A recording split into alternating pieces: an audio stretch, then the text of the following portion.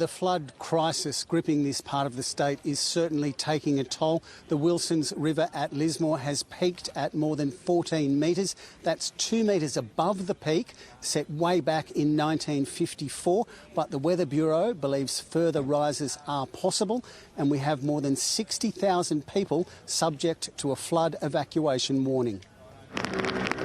It might be famously flood-prone, but nobody in Lismore predicted this.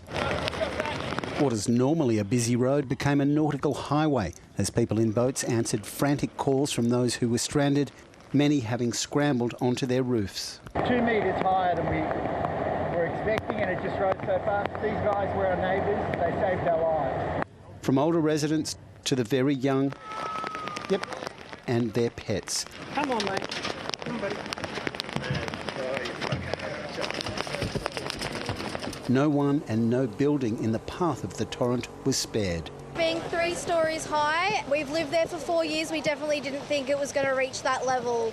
It was very, very shocking and upsetting. Floodwaters spilled over the city's levee at 3 a.m. and quickly inundated the CBD.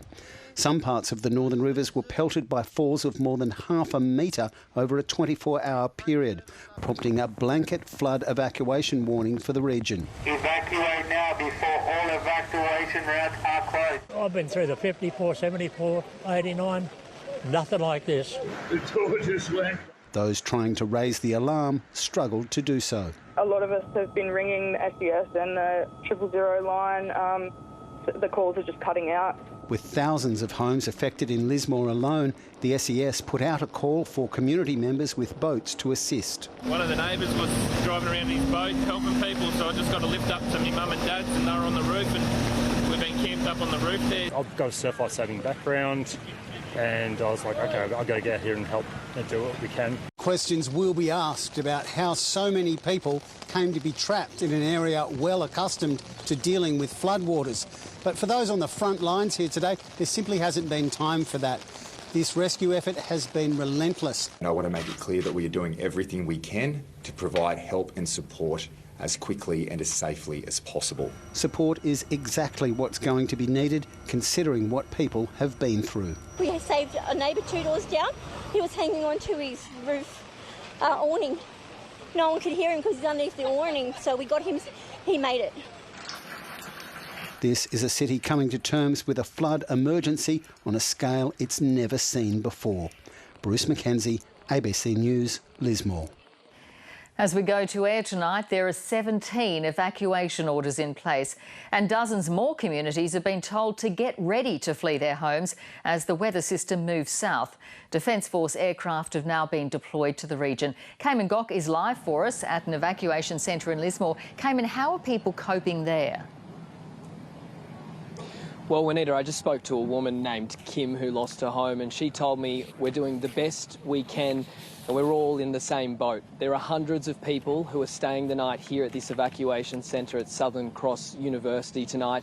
SES crews and Salvation Army volunteers are walking around ensuring people have bedding and are fed dinner after an incredibly stressful day, but they will be here for a while as the Wilson River continues to rise. Wrapping their arms around exhausted evacuees, SES volunteers are working tirelessly. Among those fleeing their home was 79-year-old Elma Hancock. It took 2 hours and we had over a metre of water in my daughter's house. It was just so exhausting. There are evacuation orders in place across the state. In Grafton in the Northern Rivers, a big top resembled a pool. It's, pretty scary stuff. Oh, gosh. It's a similar story through the region, this in Byron Bay. While in Murwillumbah, a man went for a paddle with his dog in his backyard as water surged through the town's main street. And there is no reprieve. Storms are forecast throughout the week and set to spread to the south of the state.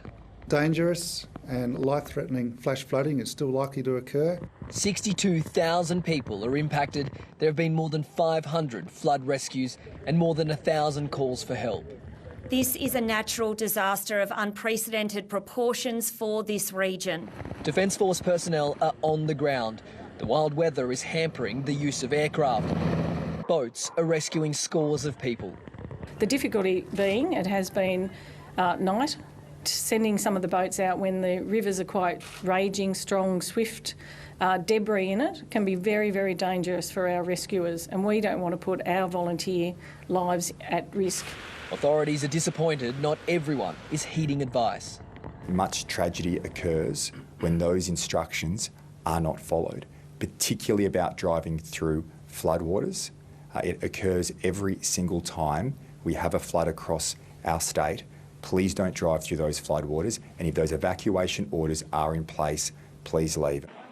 Ballina Road has turned into a river where boats have been coming and going non-stop, rescuing people who've been stuck in their submerged homes for hours and dropping them off here. People who need medical help are attended to while others head to the evacuation centre.